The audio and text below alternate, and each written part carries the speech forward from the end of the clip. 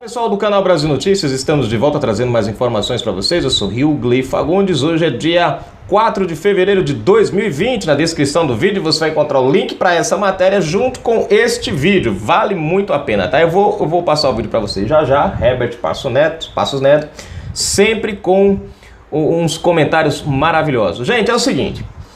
Antes de mais nada, você que curte o nosso canal, gosta do nosso trabalho, dá um pulinho na descrição do vídeo. Você vai encontrar ali uma forma de estar colaborando com a gente, apoiando o canal, tá certo? Lá tem conta bancária, você pode estar nos ajudando, quem puder, é claro.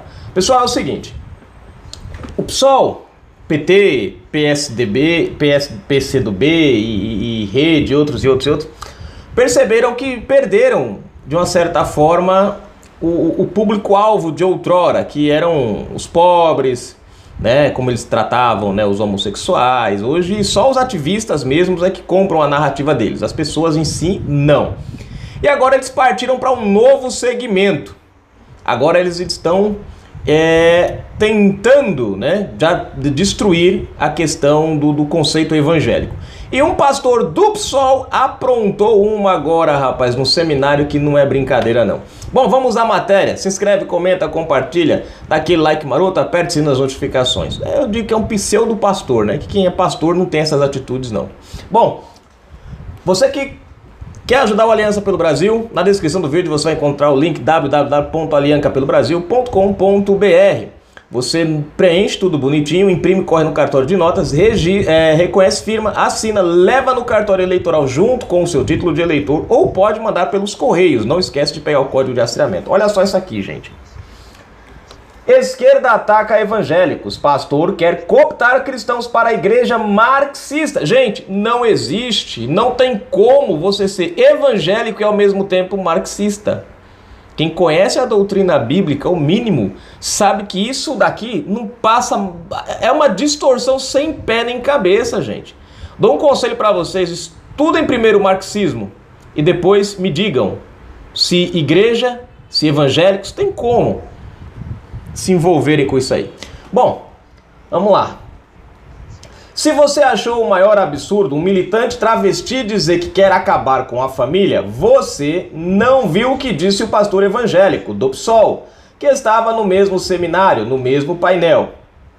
Teólogo, historiador, ex-candidato a vereador pelo PSOL no Rio de Janeiro, Henrique Vieira, é o nome do cara, ó. Henrique Vieira é o pastor, digamos, diferente. Ele usa uma definição de fundamentalismo religioso que enquadra todo cristão comum como fundamentalista, um rótulo negativo que, ao ser objeto de estudo nas universidades dominadas por intelectuais de viés marxista, pode dar margem científica para uma perseguição oficial aos cristãos se a esquerda voltar ao poder. Deixa eu ver aqui. A não ser, claro, os cristãos que aceitem, como ele diz, interpretar a Bíblia à luz, claro, das trevas, do panorama materialista, ou seja, transformar a Bíblia, que é algo espiritual, em algo materialista. Materialista marxista. Gente, só para vocês terem uma ideia aqui rapidinho, vou passar o vídeo agora para vocês, não vou ler a matéria toda por conta que ele vai ter muita coisa que tá ali. Vejam só, esse cara não é pastor. É simplesmente um cara que conseguiu aí o pastorado não sei como, infiltrou-se e agora está causando a divisão dentro das igrejas evangélicas. Um pastor faz isso? Vamos lá. Fala aí pessoal, tudo bem? Hoje eu vou falar aqui mais uma vez da estratégia da esquerda na era Bolsonaro, só que eu vou falar especificamente da estratégia junto aos movimentos evangélicos, porque é uma estratégia que já está em curso, tá? Vocês têm visto aí iniciativas do PT, do PSOL, buscando aproximação com evangélicos, como também essa estratégia começa agora a ganhar reforço da isentosfera. Já tem figuras importantes aí desse ambiente da New Left, da isentosfera, como o seu Nando Moura, que hoje, no dia 31 de janeiro de 2020, fez uns tweets, dizendo que o Bolsonaro não acredita mais em Cristo, que Bolsonaro só usa o nome de Cristo para fazer política, que ele vendeu a alma ao diabo. Ele fala exatamente isso, vendeu a alma ao diabo. Ou seja, Nando Moura já está utilizando uma pausa aqui. Isso aqui eu falei outro dia sobre o Nando Moura, eu não entro nessa questão de Nando Moura, né? Mas eu fiz um vídeo aqui que envolvia o nome dele e alguém colocou nos comentários assim, que o Nando Moura era um cara sério e que mostrava, né, as incoerências do presidente. Eu pergunto, um cara sério que busca as incoerências, divulga esse tipo de informação pilantra? Linguagem que chama atenção, né? Acende uma luzinha amarela na cabeça do público evangélico, tá? Então, ao meu ver, Nando Moura, na medida em que não tem mais a narrativa, pelo menos temporariamente, de Bolsonaro traiu Moura, essa narrativa agora deu uma esfriada, né? Após as participações de Moura aí na mídia, eles vão buscar outra narrativa e o seu Nando, pelo jeito, deve ter gostado da ideia do PT de minar o apoio a Bolsonaro dentro de uma das principais bases, que é o público evangélico. Então o seu Nando Moura já está utilizando termos que ele não utilizava com frequência, não utilizava, e passou a inserir agora como uma estratégia de linguagem, porque são palavras que pegam esse público evangélico, que chamam muito a atenção. Então ele está escrevendo dessa maneira, né, para pescar esse público, pescar a atenção desse público.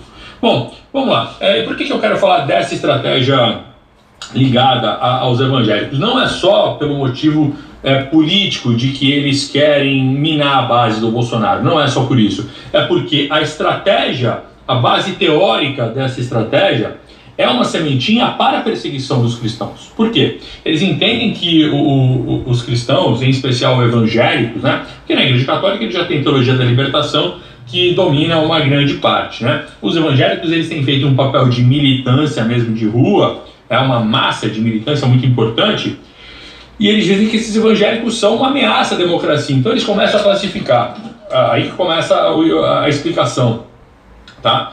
Eles começam a classificar os evangélicos como fundamentalistas religiosos e que são uma ameaça à democracia. Como é que começa isso daí, né?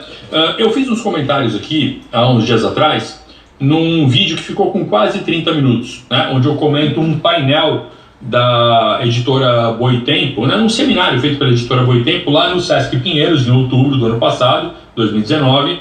Esse painel se chama Política, Família e Religião. Esse painel ficou famosinho porque é dali que surge aquele travesti militante LGBT, comunista, marxista, chamado Amanda Palha, que fala que o objetivo do LGBT é destruir a família. Vocês devem ter visto esse vídeo. Se vocês não viram meu vídeo de 30 minutos, com certeza o vídeo do militante dizendo isso vocês viram porque viralizou. Bom, quando eu fui comentar aquele tema, eu acabei vendo o painel completo e acabei fazendo um vídeo explicando, fazendo um resumo do painel completo, porque eu acho que a leitura da esquerda sobre a realidade para fazer estratégia política está melhorando. Então foi isso que eu fui colocar ali, fui explicar isso e ficou com quase 30 minutos o vídeo. Se você não viu aquele vídeo, não tem problema, você vai entender isso com facilidade. O fato é o seguinte, se você ficou indignado com a fala do militante LGBT, que falou que o objetivo é destruir a família mesmo, é porque você não viu o pastor. O pastor, ao meu ver, é bem mais perigoso que isso. É bem mais perigoso porque ele vai mexer na fé das pessoas. E como é que ele faz ali a construção da estratégia?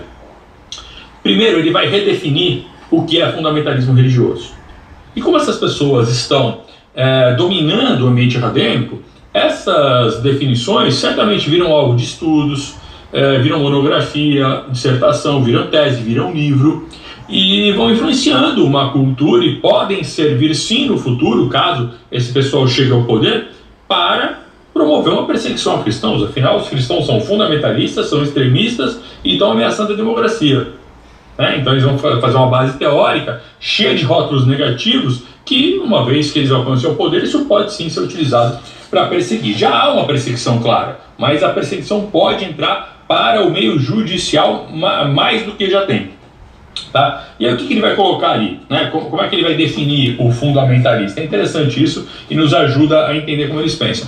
Primeiro ele vai dizer que o fundamentalista religioso é aquele indivíduo que acredita numa verdade revelada. Então assim, se você acredita que Deus se revelou para Abraão, para os apóstolos e tal, né, e que aquilo é a verdade, pronto, isso basta para você ser um fundamentalista. Então qualquer cristão comum é um fundamentalista. Bom, o segundo ponto que ele levanta ali é o que ele chama de literalismo bíblico. Ou seja, você leva a sério o que tem na Bíblia? Pronto. Você é um fundamentalista religioso, tá? Porque você não aceita discutir algo que contraria a Bíblia. Se você não aceitar contrariar a sua própria religião, você é um fundamentalista. Só isso, tá? E por que eles falam que não existe democracia de verdade no capitalismo? No fundo, qual é o pressuposto que está por trás disso? O pressuposto é que eles querem ter uma desculpa para não precisar respeitar a sua fé. Se você é um cristão, você tem fé em Deus, eles querem uma desculpa para não precisar respeitar a sua fé. Então eles vão dizer o quê? Não, essa democracia é uma democracia burguesa, elitista, que não respeita as pessoas, ou seja, eles vão utilizar isso para poder não respeitar a sua fé. O que eles têm mais raiva é que nós vivemos numa democracia, num Estado de Direito, e se eles querem ter fé na igreja do Karl Marx, numa religião materialista, que basicamente o que eles acreditam é isso, é uma religião materialista, eles vão morrer de raiva que são obrigados a respeitar você, que acredita em Deus, que acredita em Jesus Cristo, que acredita numa verdade revelada, tá? Então é por isso que eles vão dar uma desmerecida nessa democracia, para não precisar respeitar a sua posição. E aí o que eles vão colocar? Olha só, quando ele vai falar do literalismo bíblico e criticar essa parte, ele vai criticar o seguinte, que ali dentro existe uma base de costumes, certo? Uma base que vai dizer como você deve viver, só que isso daí está fora de contexto. É um texto bíblico que é fora de contexto, ele fala assim com um tom de desprezo impressionante. Eu já vi muita bizarrice em igreja evangélica, tá? Mas o tom de desprezo com qual esse cara fala da Bíblia, eu não tinha visto antes, tá? Pastor do PSOL. Enfim, então ele vai dizer que aquilo está fora de contexto e que aquilo está apartado de um panorama histórico. Bom, quando você vê comunista, marxista falando de panorama histórico, o que ele está querendo dizer com isso? Ele está querendo dizer que a Bíblia precisa ser observada sob a luz do materialismo e do marxismo.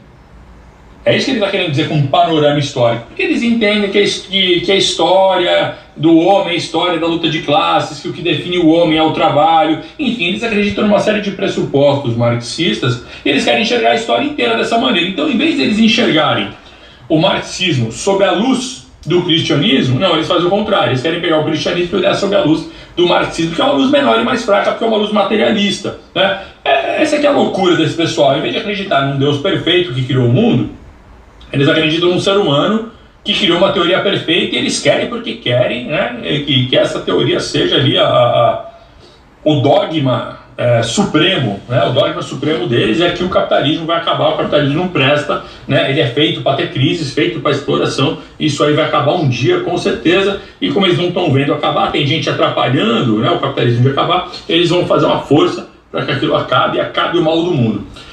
E por que é perigoso isso, né? Porque, veja só, se esse sujeito coloca que a Bíblia deve ser vista sob a luz do marxismo e do materialismo, no futuro, se esse pessoal pega o poder, né, todo mundo que quiser manter a fé na Bíblia, manter a fé em Jesus, será classificado como fundamentalista. Se você aceitar ver o cristianismo sob a luz do marxismo, não, aí você é um cara legal, você não é mais fundamentalista, tá? Bom, então ele vai fazer algumas colocações, ainda dentro dessa questão do que diz a Bíblia. Ele vai dizer sobre os costumes, ele vai fazer um terceiro item. Esse terceiro item ele diz que uma das marcas do fundamentalismo religioso é uma idealização do passado. Ele vai colocar o conservador como se o conservador fosse um reacionário que idealizasse um passado. Normal, muita gente de esquerda faz essa confusão. Eu nem sei se foi uma confusão ou se foi só uma desonestidade intelectual para poder compor o raciocínio dele. O fato é que ele vai fazer essas colocações e vai dizer que todas as novas formas, olha o que ele fala, todas as novas formas de relacionamento humanos, novas práticas sexuais, todo desregramento, qualquer desregramento ele vai chamar de novas práticas, né? Elas ameaçam o sistema estabelecido. Bom, aí tem duas coisas para a gente comentar. Primeiro, você viver igual um animal não é nenhuma novidade. Então o que ele chama de novas práticas, ou seja, você transar com todo mundo, né, fazer práticas sexuais que não sejam heteronormativas, né, ele vai chamar isso de novidade. Isso não tem novidade nenhuma, isso aí sempre existiu. A gente veio de um esquema mais bagunçado. O que tem de novidade na história da humanidade é a família. A família é a novidade. A família, sim, é aquilo que o ser humano criou, estabeleceu e que deu certo. E que gerou sociedades mais livres e democráticas, que a gente conhece, tá? Enfim, então, ele vai bater nesse ponto. Ele vai dizer que toda a domesticação dos instintos acaba por anular o que ele chama de potencialidades, olha isso, potencialidades de subversão. Potencialidade de subversão, ou seja, olha que gênio esse cara. Se você viver como um animal, você pode subverter a ordem. Ora, quem poderia imaginar que se você resolver viver como um animal, como um bárbaro, você vai acabar com a civilização? Quem poderia imaginar? Quantos anos esse cara estudou para chegar, né, nessa conclusão brilhante? É um gênio esse menino, é um gênio, né? E tem gente que cai nessa. É uma coisa óbvia, né? Viver em civilização pressupõe alguma domesticação dos instintos. Por isso nós somos civilizados, porque a gente consegue conviver, discordar sem matar uns aos outros, né? A gente consegue respeitar a propriedade do amiguinho, a gente consegue cooperar, é porque a gente vive numa civilização. Então quando a gente tem uma treta, a gente resolve politicamente, a gente não sai saindo na mão, nem dando tiros dos outros. Mas o que esse pessoal quer é a barbárie. Eles acham que dá para você liberar todos os seus instintos e não voltar à barbárie, né? E se manter vivendo numa civilização. Ou seja, eles sim são fundamentalistas que acreditam, né, em alguma verdade absoluta e inquestionável. Bom, e aí o que vai acontecer? Ele vai colocar a questão dessa maneira e daí que eles vão fazer a luta LGBT vem daí para desregrar todas as práticas sexuais e acabar com essa família que só serve para reproduzir o sistema capitalista burguês. E ele vai incentivar que os movimentos evangélicos não sejam totalmente ignorados pela esquerda. Então ele vai dizer que nem todo evangélico é um conservador fascistoide, ele usa esse termo, conservador fascistoide, e ele vai ressaltar que há muitas disputas dentro do movimento evangélico e que é importante, ele classifica como essencial que a esquerda se aproxime disso e ganhe espaço dentro das igrejas evangélicas, né? Porque se a esquerda não for lá aproveitar para disputar esse espaço vai ficar crescente na mão daqueles que são o que ele chama de conservadores fascistoides, que são os que ameaçam a democracia. Tá? Então é isso, se vocês perceberem isso, se vocês são cristãos, frequentam a igreja e perceberem alguma coisa esquisita, alguma coisa estranha, já sabe o que está acontecendo, já sabe de onde vem. Quando começar com muito materialismo, né, com muita relativização das coisas, claro que o cristianismo é amplo, dá para a gente fazer muita discussão teológica aqui, mas eu nem quero entrar nesse ponto, tá? Mas, se você perceber alguma coisa esquisita na sua igreja, fique ligado porque eles estão trabalhando para se infiltrar. Estão trabalhando e estão conseguindo, porque esse cara que eu falei, o Henrique Viana, é um pastor. E se não me falha a memória agora, que eu estou sem cola nenhuma aqui no carro, ele vem de uma linhagem batista, tá? Vem de uma linhagem batista. Deixa eu ver se esqueci alguma coisa. Não, acho que não, é isso mesmo, né? Então ele vai traçar esse perfil de fundamentalista, né? E vai fazer esse paralelo, que toda essa domesticação dos instintos ela é feita só para reproduzir esse sistema capitalista burguês. Ou seja, tem um ponto interessante, né? Quando ele fala do potencial subversivo, ele usa um outro termo, ele fala o potencial subversivo de reinvenção do mundo. Olha isso. Vocês entendem o que tem, qual é o pressuposto que está por trás disso? Reinvenção do mundo. Temos um criador. Olha, eu não sabia, eu achava que criador era só Deus. Mas não, agora a gente já descobriu que tem um criador na face da Terra. Tá certo, então. Ou que é esse sujeito, ou que esse sujeito representa esse criador está querendo reinventar, está querendo aproveitar o potencial subversivo para reinventar o mundo. E os cristãos estão atrapalhando. A fé dos cristãos está atrapalhando. Está atrapalhando o capeta de reinventar o mundo. Basicamente é isso. Então você, cristão, você está atrapalhando a criação de um mundo novo. Você é um fascistoide, conservador, só porque você não quer que seu filho de 6 anos de idade troque de sexo porque um dia ele brincou com a boneca da irmã, só porque você não quer que a sua filha de 12 anos, fique transando como se fosse uma cadela no cio, você não quer que ela use droga, pronto, você é um conservador fascistoide que está impedindo esses criadores do mundo de reinventarem o mundo e fazer o mundo melhor e perfeito, porque Deus fez o mundo errado. Quem sabe fazer o mundo certo? É esse pessoal. Eles é que manjam tudo de criação. Bom, papo é longo, mas eu vou ficando por aqui, depois a gente fala mais. Um forte abraço, fiquem com Deus. Valeu! Gente, se inscrevam no canal do Herbert Passos Neto. É um cara que é muito coerente, eu gosto muito dos comentários dele. Eu acho que não tem nada que eu possa falar aqui mais, né? Eu acho que ele já falou tudo ali. A única coisa que eu posso dizer é que igreja e política são duas coisas diferentes. Religião e política. A gente pode ter cristãos políticos, mas nós não podemos ter religião política. Isso é um fato, né? Tem que ter pessoas para defender a classe evangélica? Tem. Mas o que não pode é a igreja evangélica se tornar um centro de militância para determinados partidos. E é isso que o PT, o PSOL vê nas igrejas. Eles não têm a menor intenção de buscar a Deus, de adorar a Deus, não. A intenção deles é distorcer, já distorceram a família, já distorceram a política, já detonaram com a sociedade, agora querem detonar com a igreja. Você pega o marxismo, ele diz o seguinte: a religião, presta atenção, a religião é o ópio da sociedade. Eu acho que foi o Lenin quem disse isso. Não sei se foi Karl Marx ou foi Lenin quem disse isso. É o ópio da sociedade. Você pega Lenin, estuda Karl Marx, você vai ver que eles são literalmente em busca da subversão da religião. Eles entendem que uma religião sincera evita com que as pessoas caiam nesse paganismo que eles querem criar, nessa libertinagem, nesse mundo às avessos, né? A religião é o que muitas vezes traz a esperança ao povo e faz com que as pessoas consigam combater o comunismo. Canal Brasil Notícias. Fui, gente. Foi porque o negócio é complicado, viu? O pessoal tá desesperado.